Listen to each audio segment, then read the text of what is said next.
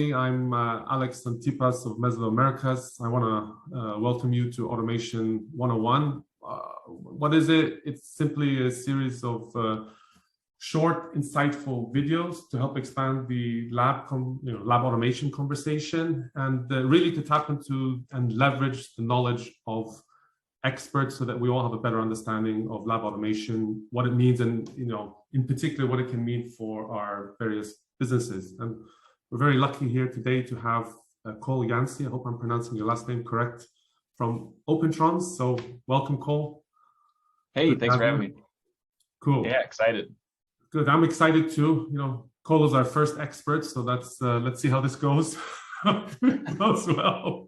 I'm sure it will. So Cole, let's just get stuck into it. So our first question is, there's a lot of talk about lab automation. You go on LinkedIn, it's it's all over there, and you Google it and so forth. But if you were to define lab automation or explain it in the simplest of terms, and I sometimes say, if you were to talk to a 5-year-old and say, okay, this is what lab automation is all about, how would you define it?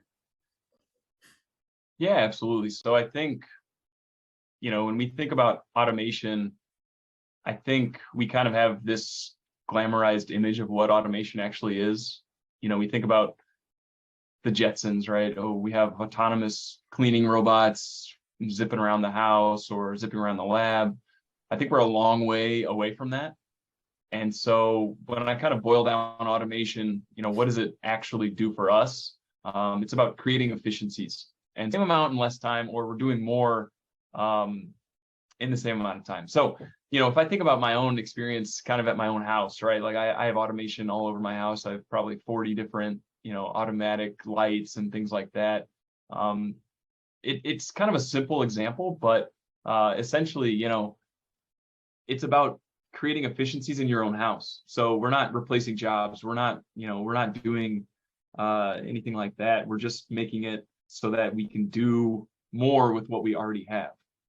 Yeah, that's true. And that sort of leads me now into my second question, because, to your point, sometimes when you just mention the words lab automation, and I know from my own personal experience, picking up the phone or being on a Zoom call with somebody and say, hey, I want to talk to you today about lab automation. You can almost see like the fear in people's eyes, and so, it's a bit like that, stay away from me, don't talk to me. So, people, there is, to a degree, and maybe it's with the smaller to medium-sized labs that don't have maybe a lot of, don't get to see all the details or fully understand the benefits of lab automation. So for those that maybe are considering moving from, let's say, manual process to an automated solution, what sort of advice would you have for them? Yeah, absolutely. And I think, if we kind of go back to that as an efficiency problem, you don't have to do everything all at once, right? When you learn how to swim, you're not jumping, you're not going to the deepest part of the pool and just jumping in, right? You're going to the shallow end, you have your buoys, you're kind of feeling the water with your toes a little bit. Same thing with automation. You don't need a full end-to-end, lights out solution, as sexy as that is. Yeah. You don't necessarily need that, right? Start small. And, what I would really do is think about your workflow in terms of, manageable chunks. So, break down your entire workflow into 10 different parts, let's say. Look at it and say, okay, which one of these is the least efficient that we're doing right now? And what is, what's the most annoying thing for me to do, basically? Like, is it repetitive? Is it something that I hate doing? I just don't look forward to it. Okay, well, let's attack that in terms of implementing automation. Let's get a plate stamper, and it doesn't have to be even a liquid handler. It could just be a repeating pipette, right? That's a form of automation. It could just be a plate stamper. When I was working in a lab, the very first piece of automation that I worked with was and I don't even know if they make these anymore, but it was a Thermo Fisher Versette.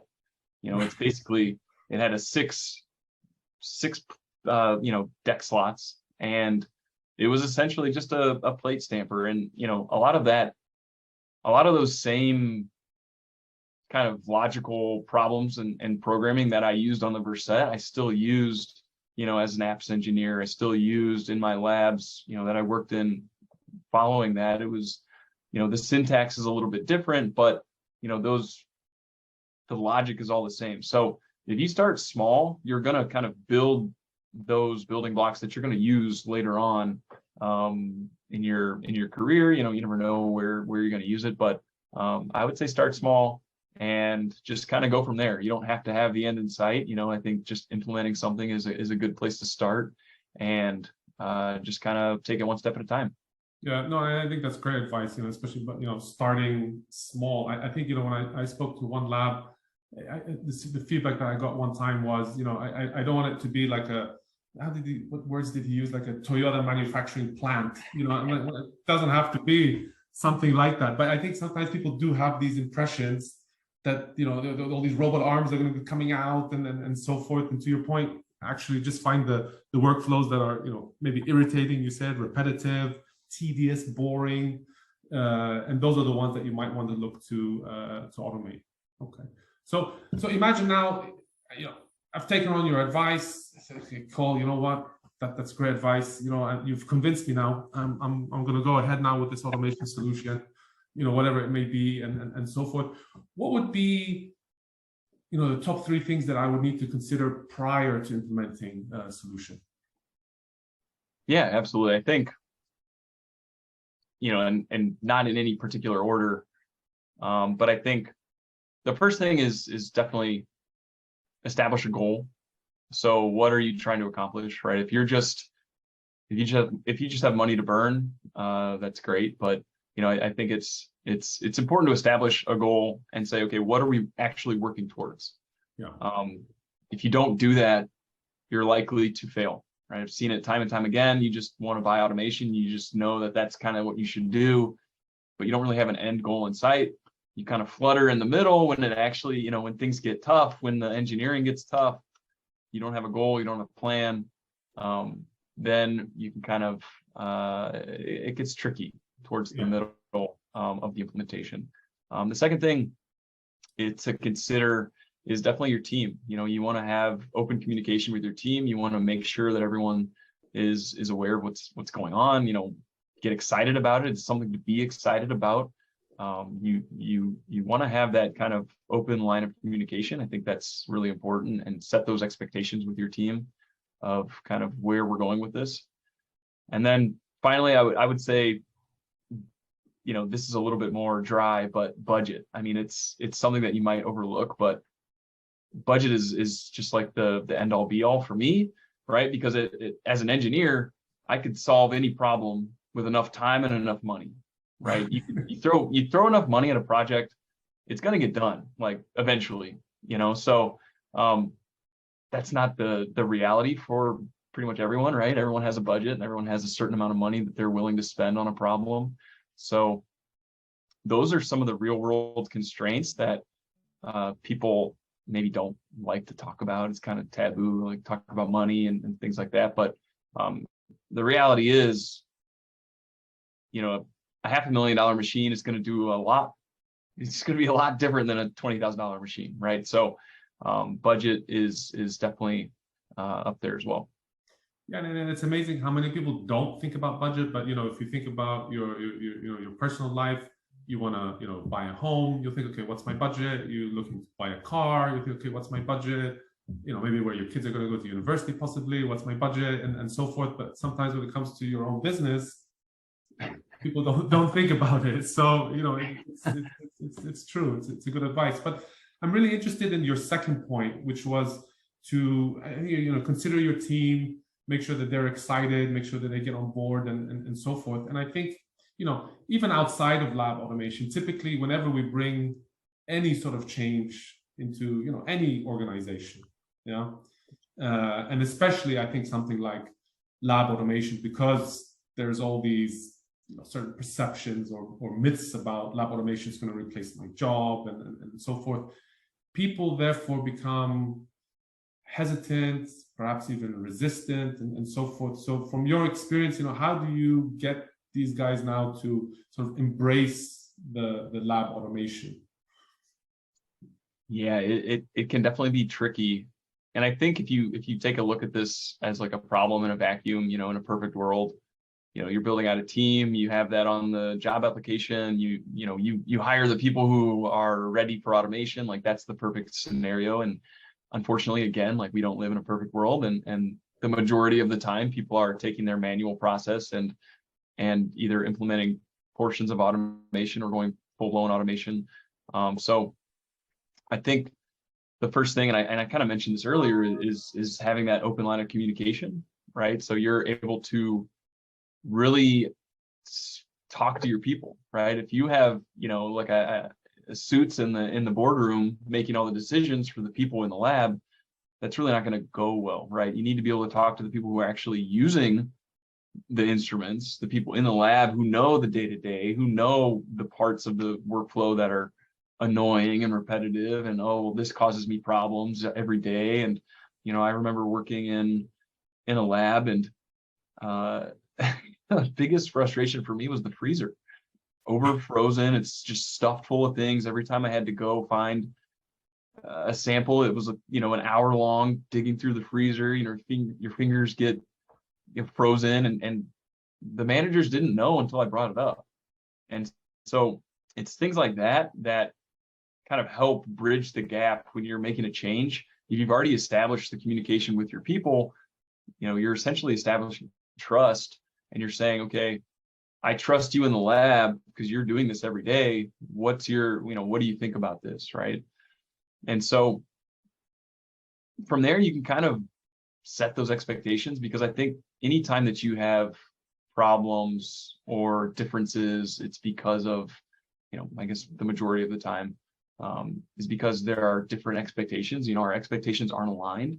So, maybe so-and-so in the lab is resistant to automation because he feels like it's going to slow him down, right? Oh, I do this every day. It takes me, 5 minutes, and it's going to take me 5 minutes to set up on the instrument, right? So I could just do it before we even start the run.